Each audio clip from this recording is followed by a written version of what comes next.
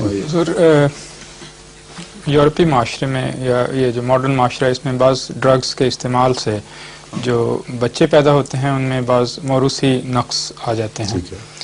تو قرآن کریم کی آیت وَلَا تَزِرُ وَازِرَةٌ وِزْرَ أُخْرَىٰ ٹھیک ہے. کے مضمون سے یہ بات متصادم تو نہیں؟ وازرۃ وزر اخرى کا مضمون گناہوں کے تعلق میں جواب دہی کے لحاظ سے ہے. ایسے بچے جو معذور پیدا ہوتے ہیں وہ جواب دہ نہیں ہوں گے کہ معذور ہوئے ہو تو تمہارے باپ نے قصور کیا تھا مگر تمہیں معذور ہونے کے باوجود یہ کام کرنے چاہیے تھے. ان سے اٹھا لیا ہے بوجھ وہ شریعت نے، اس لیے وزرا اخرى ہوا ہی نہیں واقعہ. جب ایک معذور بچہ ماں باپ کی غلطی کی وجہ سے مسجد میں جانے سے محروم رہ جاتا ہے اور نیکیوں سے محروم رہ جاتا ہے، اگر خدا تعالیٰ اس کو پکڑتا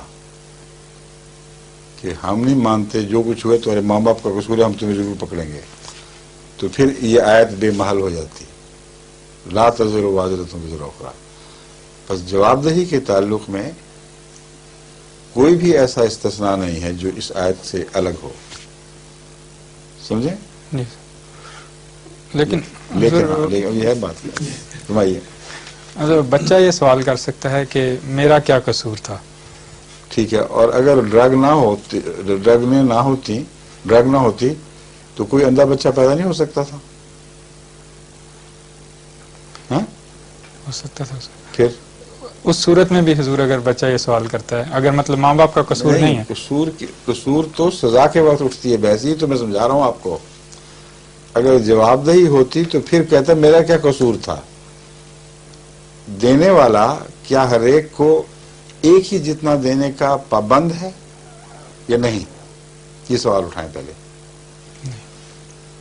امیبا یہ سوال کیوں نہیں کر سکتا کہ مجھے کیوں نہیں انسان والی نعمتیں عطا فرمائیں، میرا کیا قصور تھا؟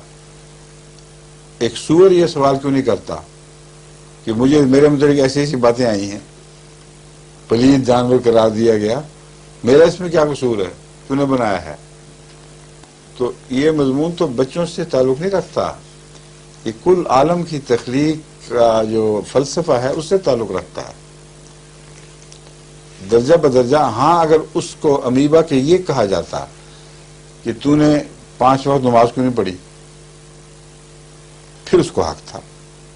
سوال کرتا کہ میرا کیا قصور تھا، میرا تو تصور ہی کوئی نہیں تھا.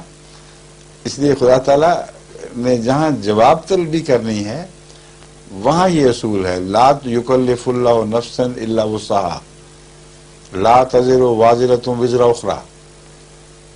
جہاں جواب طلبی کا اطلاق ہوگا اس دائرے میں یہ دونوں آیتیں جو ہیں وہ ایک ذرہ بھی سقم نہیں رکھتی، ایک ذرہ بھی استثناء نہیں رکھتی، لازماً ہر ایک پر پوری اترتی ہیں.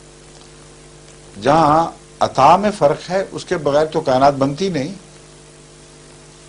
عطا کا فرق تو آغاز ہی سے جاری و ساری ہے. اور اگر یہ فرق نہ ہوتا تو آدمی آدمی کو کھاتے. کیا کرتے؟ وہ کیڑے بھی تو سوال کر سکتے تھے جو بیکٹیریا کے طور پر فضلے کو واپس اصل حالت میں لوٹانے کے لیے تیار کیے گئے بنائے گئے ہیں. ساری حشرات الارض کی دنیا اٹھ کھڑی ہوتی یا خدا ہمارا کیا قصور، ہمارا کیا قصور، ہمیں کیوں اس لیے بنا. کہیں اچھا کوئی بات نہیں، تم بھی بندے بن جاؤ.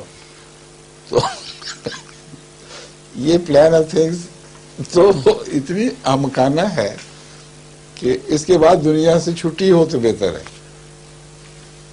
اتنے حشرات الارض جتنے ہیں اگر یہ سوال اٹھا دیں اور ٹھیک ہے تم بالکل معقول بات کر رہے ہو، تو دنیا میں کسی جگہ پہاڑوں میں بھی کونے کونے پر بھی ایک بندے کے کھڑے ہونے کی جگہ نہ رہتی.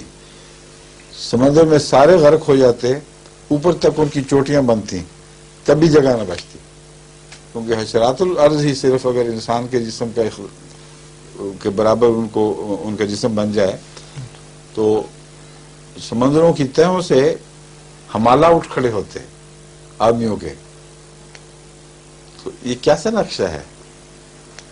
اس لیے ایک چھوٹا سا آپ کو جو فرق دکھائی دیتا ہے اس کے نتیجے میں ساری کائنات کا نقشہ بگاڑنے کی کوشش کرتے ہیں لوگ. یہ تو بہت ہی غیر منصفانہ طریقہ ہے. سمجھے؟ فرمائیے.